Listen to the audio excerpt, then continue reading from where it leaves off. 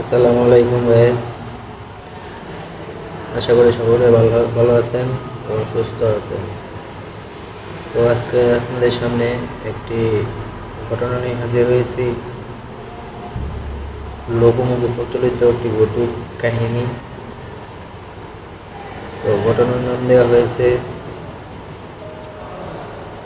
কালো জিনের নদীর অভিশাপ।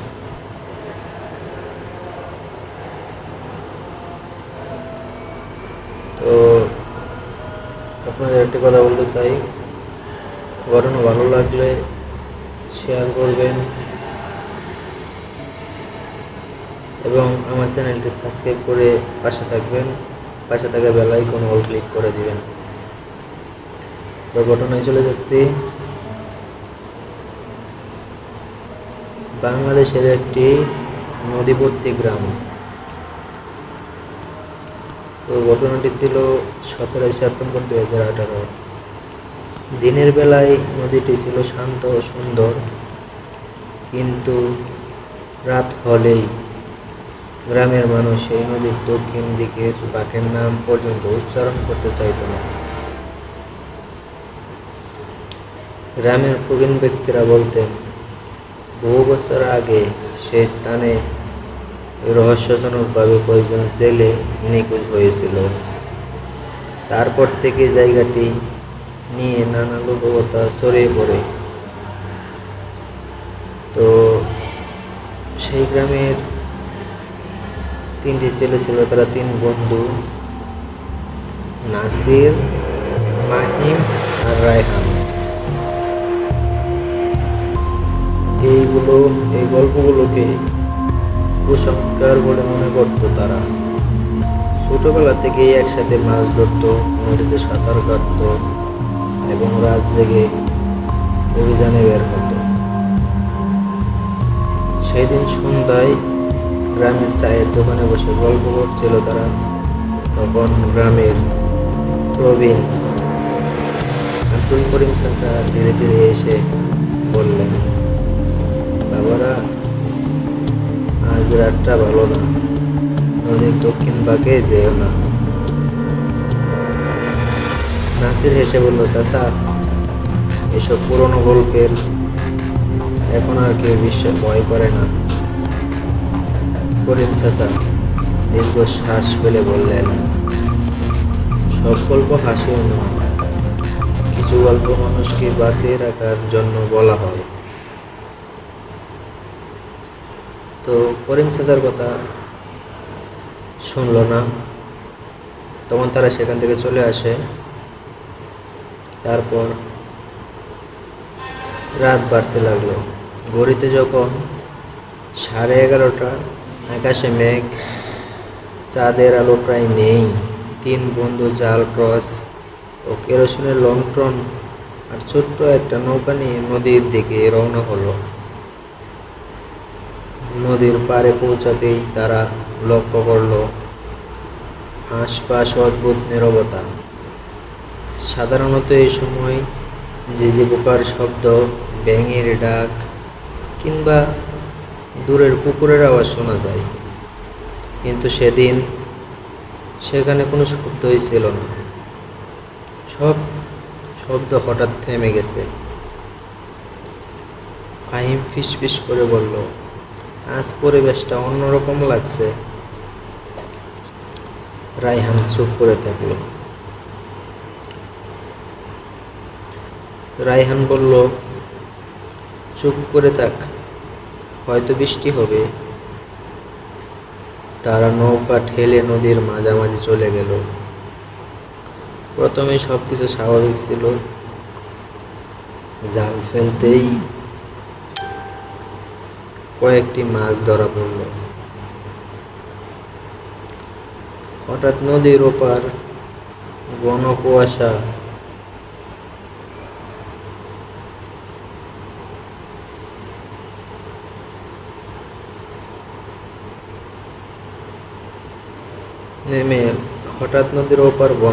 নেমে এলো। মাত্র কয়েক সেকেন্ডের মধ্যে চারপাশ এমনভাবে ঢেকে গেছে, নৌকার সামনে হাত বাড়ালেও স্পষ্ট দেখা যাচ্ছে না। ঠিক তখনই লণ্ঠনের আলো কাঁপতে শুরু করলো। নাসির আলো ঠিক করতে গিয়ে থমকে গেল। নদীর ওপারে কুয়াশার ভিতরে যেন একটি লম্বা কালো ছায়া স্থির হয়ে দাঁড়িয়ে আছে। সে চোখ কসলালো। ছায়াটি এখনো সেখানে। মাহিমও তাকিয়ে রইল। ওটা মানুষ নাকি? রায়হান উত্তর দেওয়ার আগে নদীর উপর বরফ ঠান্ডা বাতাস বয়ে গেল। নৌকাটি কোনো ঢেউ ছাড়াই দুলে উঠল। ঠিক সেই মুহূর্তেই তিনজনের টর্চ একসঙ্গে নিভে গেল। চারদিকে শুধু অন্ধকার, আর দূর থেকে ভেসে এলো একটি অচেনা ফিসফিস শব্দ। তিন বন্ধু বুঝতে পারল তাদের রাতের অভিযান এখন আর শুধু মাছ ধরা নয়, অজানা এক রহস্যের মুখোমুখি তারা দাঁড়িয়ে গেছে। চলবে। নদীর মাঝখানে তিন বন্ধু নাসির, ফাহিম ও রায়হান সম্পূর্ণ অন্ধকারে দাঁড়িয়ে আছে। টর্চ নেভে গেছে, লণ্ঠনের শিখা কাঁপছে, চারদিকে ঘন কুয়াশা। হঠাৎ তাদের নৌকার নিচ যেন ভারী কিছু ধাক্কা গেল। ধূপ।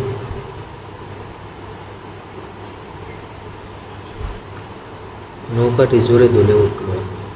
মাহিম বয়ে চিৎকারে উপরে উঠল, ও নাসির, নিচে কি আছে? নাসির কিছু বলার আগেই আবার ধাক্কা, ধূপ। রায়হান দ্রুত বইটা চালাতে শুরু করলো, কিন্তু অবাক হয়ে দেখলো নৌকাটি যেন সামনে এগোচ্ছে না, যেন অদৃশ্য কোনো শক্তি তাদের আটকে রেখেছে। ঠিক তখনই নদীর ওপার থেকে ভেসে এলো এক অদ্ভুত হাসির শব্দ। হাসিটা মানুষের মতো, আবার মানুষের মতো নয়।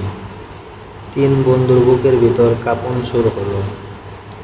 হঠাৎ কুয়াশার ভিতর কালো ছায়াটি ধীরে ধীরে তাদের দিকে এগোতে লাগলো। যতই কাছে আসতে লাগলো, চারপাশের বাতাস ততই ঠান্ডা হয়ে উঠল। নাসির কাঁপা গলায় বলল, চল, এখান থেকে চলে যাই। কিন্তু বইটা যেন কাজ করছে না। ঠিক তখন ওই নদীর পানি অস্বাভাবিকভাবে ঘুরতে শুরু করলো। ছোট্ট ছোট্ট ঘূর্ণিঝড়ের মতো ঢেউ নৌকার চারপাশে তৈরি হলো। ফাহিম অনুভব করলো যেন কেউ তার কাঁধে ঠান্ডা হাত রাখলো। সে তখন আতঙ্কে পিছনে তাকালো, কেউ নাই। তবু সেই ঠান্ডা স্পর্শ কয়েক সেকেন্ড তার মনে হলো শরীরে আছে। রায়হান দ্রুত লণ্ঠনটি উচ্চ করে ধরতেই আগুন এক মুহূর্তে নিভে গেল। এবার চারদিক শুধু অন্ধকার। অন্ধকারের মাঝে আবার সেই ফিসফিস শব্দ, চলে যাও। শব্দটি যেন একসঙ্গে অনেকগুলো কণ্ঠে উচ্চারিত হলো। তিন বন্ধু আর এক মুহূর্তেও সেখানে থাকতে চাইল না। প্রাণপণে বইটা চালাতে লাগলো। হঠাৎ যেন অদৃশ্য বাধা সরে গেল। নৌকাটি দ্রুত তীরের দিকে ছুটে চলল। তারা তীরে পৌঁছে একবারেও পিছনের দিকে তাকায়নি, দৌড়ে বাড়ি ফিরে গেল। পরদিন সকালে তিনজনেরই প্রচণ্ড জ্বর এলো। শরীর কাঁপছে, মাথা ব্যথা, দুর্বলতা, কেউই বিছানা থেকে উঠতে পারছে না। গ্রামের মানুষ এসে বলল হয়তো তাদের ঠান্ডা আর ভয়ের ধাক্কায় শরীর খারাপ হয়েছে। কিন্তু গ্রামের প্রবীণরা একে অন্যের দিকে তাকিয়ে শুধু একটি কথাই বললেন, ওরা নিষিদ্ধ বাঁকে গিয়েছিল। সেই দিনের পর থেকে তিন বন্ধুর জীবন আগের মতো রইল না। নদী থেকে ফিরে আসার পরের দিন সকাল থেকে তিন বন্ধু নাসির, ফাহিম এবং রায়হানের প্রচণ্ড জ্বরে আক্রান্ত হলো। কারো শরীর কাঁপছে, কারো মাথা ব্যথা, কারো আবার দুর্বলতায় বিছানা থেকে উঠতে কষ্ট হচ্ছে। পরিবারের লোকজন প্রথমে বিষয়টি সাধারণ জ্বর ভেবে চিকিৎসকের কাছে নিয়ে গেল। ঔষধ শুরু করলো, বিশ্রামও চলছে। কিন্তু কয়েকদিন পার হয়ে গেল, তিনজনের অবস্থা তেমন উন্নতি হলো না। খবরটি গ্রামে ছড়িয়ে পড়তে লাগলো। চায়ের দোকান, বাজারঘাট, সব জায়গায় একই আলোচনা। ওরা সেদিন রাতেই তো নিষিদ্ধ বাঁকে গিয়েছিল। আবার কেউ বলল হয়তো ভয় আর ঠান্ডায় শরীর খারাপ হয়েছে।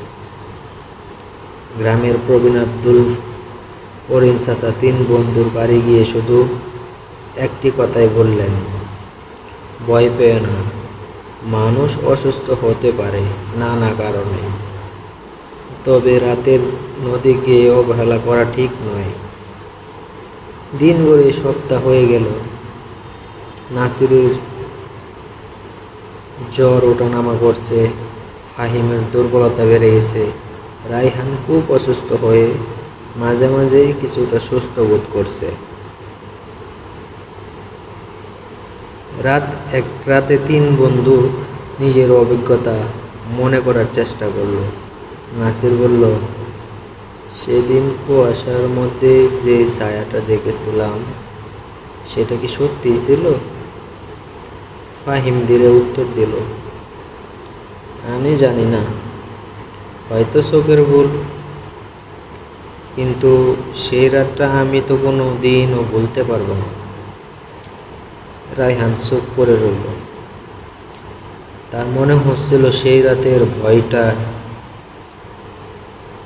যেন এখনো তাকে তাড়া করে বেড়াচ্ছে। এরই মধ্যে গ্রামের মানুষ আরও সতর্ক হয়ে গেল। সূর্য ডোবার পর খুব কম মানুষই নদীর ওই অংশে যেত। কয়েক সপ্তাহ পরে নাসির ও ফাহিমের শারীরিক অবস্থা অবনতি ঘটে। পরিবার তাদের হাসপাতালে নেওয়ার চেষ্টা করে, কিন্তু চিকিৎসা চলতে থাকে। শেষ পর্যন্ত তারা 2 জনেই মারা যায়। তাদের মৃত্যুর সঠিক কারণ নিয়ে গ্রামে নানা আলোচনা শুরু হয়। কেউ বলে এটি গুরুতর অসুস্থতার ফল, আবার কেউ বলে লোককথার সঙ্গে ঘটনাটি মিলিয়ে দেখতে লাগলেন। তবে কোনো প্রাকৃতিক কারণ নিশ্চিত প্রমাণ কখনো পাওয়া যায়নি। এদিকে রায়হান দীর্ঘদিন অসুস্থ রইল। সেই খুব দুর্বল হয়ে পড়েছিল।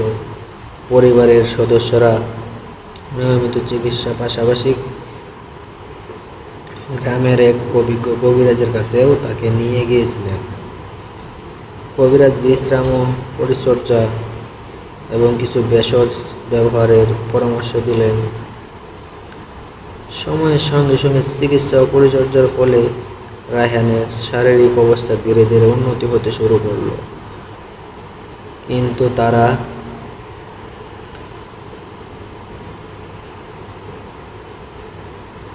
সকল চিকিৎসা ও পরিচর্যা চালিয়ে যেতেই থাকল। তারপর রায়হান সুস্থ হয়ে উঠল, কিন্তু তার মনে সেই রাতে নদীর কুয়াশা আর অদ্ভুত নীরবতার স্মৃতি আজীবন বয়ে গেল। এবং রায়হান বলল, সেই রাতের কথা আমি আর কোনোদিন ভুলতে পারবো না। নাসির ও ফাহিমের মৃত্যুর পর পুরো গ্রামে শোকের ছায়া নেমে এলো। একসময় 3 বন্ধু সবসময় একসাথে দেখা যেত, এখন তাদের মধ্যে জীবিত শুধু রায়হান। রায়হান তখনও দুর্বল, জ্বর পুরোপুরি না কমলেও আগের তুলনায় কিছুটা সুস্থ বোধ করছিল। পরিবারের সবাই তাকে সাহস দিতে নিয়মিত চিকিৎসার পাশাপাশি গ্রামের অভিজ্ঞ কবিরাজের পরামর্শে সকল পরিচর্যা ও ওষুধের চলতে থাকে। ধীরে ধীরে তার শারীরিক অবস্থার উন্নতি হতে শুরু করল। এক বিকেলে আব্দুল করিম চাচা তাকে দেখতে এলেন। তিনি শান্ত গলায় বললেন, বাবা, মানুষের জীবনে কিছু ঘটনা এমন হয় যার ব্যাখ্যা আমরা সবসময় খুঁজে পাই না, তবে অজানাকে সম্মান করতে শেখা দরকার। রায়হান মাথা নাড়ল। সেই রাতের কথা মনে পড়লে তার শরীর শিউরে ওঠে। নদীর কুয়াশা, অদ্ভুত নীরবতা আর নৌকার ধুলে ওঠার স্মৃতি যেন এখনো তার মনে স্পষ্ট দাগ কেটে যায়। এরপর থেকে সে আর কোনোদিন গভীর রাতে নদীতে মাছ ধরতে যায়নি। গ্রামের পরিবর্তন এলো। সূর্য ডোবার পর খুব কম মানুষ এই নদীর দক্ষিণ দিকে যেত। কেউ যদি নতুন হয় এবং সেই পথে যেতে চাইতো তাহলে গ্রামের লোকেরা তাকে বলতো এবং প্রবীণরা তাকে সাবধান করে দিতেন। একদিন গ্রামের কয়েক তরুণ রায়হানকে জিজ্ঞেস করলো, সেদিন আসলে কি হয়েছিল? রায়হান কিছুক্ষণ চুপ থেকে শুধু বলল, রাতে নদীকে কখনো হালকাভাবে নিও না। আমরা যা দেখেছিলাম তার সব কিছুর ব্যাখ্যা আমি আজও দিতে পারিনি। এর বেশি সে আর কিছু বলেনি। বছর কেটে গেল। নদী আগের মতোই বয়ে চলল। দিনের আলোয় সেখানে জেলেরা মাছ ধরত, শিশুরা খেলত। কিন্তু রাত গভীর হলে দক্ষিণ দিকে আবারও নীরবতা হয়ে যেত। আজও গ্রামের অনেক প্রবীণ সেই রাতের ঘটনা স্মরণ করে নতুন প্রজন্মকে সতর্ক করেন। কেউ এটিকে নিছক কাকতালীয় ঘটনা বলে মনে করেন, আবার কেউ বলেন মানুষের জানা জগতের বাইরেও হয়তো অনেক অজানা রহস্য থাকতে পারে। রায়হান ধীরে ধীরে সুস্থ হয়ে উঠল। নিয়মিত চিকিৎসা ও পরিবারের যত্নে গ্রামের অভিজ্ঞ কবিরাজের ঔষধ ও পরিচর্যার পর তার জ্বর পুরোপুরি সেরে যায়। তবে তার চোখের ভিতর আতঙ্ক আর কোনো দিন মুছে যায়নি। নাসির ও ফাহিমের মৃত্যুর পর পুরো গ্রাম যেন বদলে গেল। সন্ধ্যার আজানের পর মানুষ নদীর দক্ষিণ দিকে পথ এড়িয়ে চলতে শুরু করল। যারা আগে রাতে নদীতে জাল ফেলত তারাও আর সাহস করত না। এক সন্ধ্যায় গ্রামের কয়েকজন তরুণ রায়হানের কাছে এসে বলল, ভাই, আমরা শুনেছি সেদিন রাতে তোমরা অদ্ভুত কিছু দেখেছিলে। সত্যি কি ঘটেছিল? রায়হান দীর্ঘক্ষণ চুপ করে নদীর দিকে তাকিয়ে রইল। তারপর শান্ত কণ্ঠে বলল, আমি শুধু একটুকু বলবো। রাতের অন্ধকারে অজানা জায়গায় কখনো বেপরোয়া হয়ো না। আমরা এখন কিছু অনুভব করছিলাম যার পুরো ব্যাখ্যা আজও দিতে পারি না। তার এই কথার পর কেউ কোনো প্রশ্ন করেনি। এরপর থেকে প্রতি বছর 17 সেপ্টেম্বর গ্রামের প্রবীণরা নতুন প্রজন্মকে সেই রাতের কাহিনী শোনান। কেউ এটিকে নিছক দুর্ভাগ্যজনক ঘটনা বলে মনে করেন, কেউ আবার লোককথার অংশ হিসেবে মনে রাখেন। কিন্তু একটি বিষয় সবাই মানেন, রাতের নদীতে যাওয়ার আগে সতর্ক থাকা উচিত। আজও নাকি মাঝরাতের মধ্যে গভীর রাতে নদীর সেই দক্ষিণ দিকের কুয়াশা একটু বেশি ঘন হয়ে নামে। কেউ কেউ বলে সেখানে অদ্ভুত নীরবতা নেমে আসে, আবার অনেকে বলে এগুলো প্রকৃতির স্বাভাবিক বৈশিষ্ট্য ছাড়া আর কিছু না। তো সত্য যাই হোক, নাসির ফাহিম রায়হানের সেই রাতের অভিজ্ঞতা গ্রামের মানুষের মুখে মুখে একটি সতর্কবার্তা মতো বেঁচে আছে। তো ঘটনাটি এই পর্যন্তই শেষ। পরিশেষে একটি কথা বলতে চাই, সকলের জন্য মেসেজ মনে করতে পারেন। কোনো লোককথা সত্য হোক বা না হোক, গভীর রাতে নদী, বন বা নির্জন স্থানে যাওয়ার সময় সতর্ক থাকা এবং নিরাপত্তা মেনে চলা, একা ঝুঁকি না নেওয়াই সবচেয়ে বুদ্ধিমানের কাজ। তো বিয়াস, এ পর্যন্তই। আপনারা ভালো থাকবেন, সুস্থ থাকবেন। আসসালামু আলাইকুম।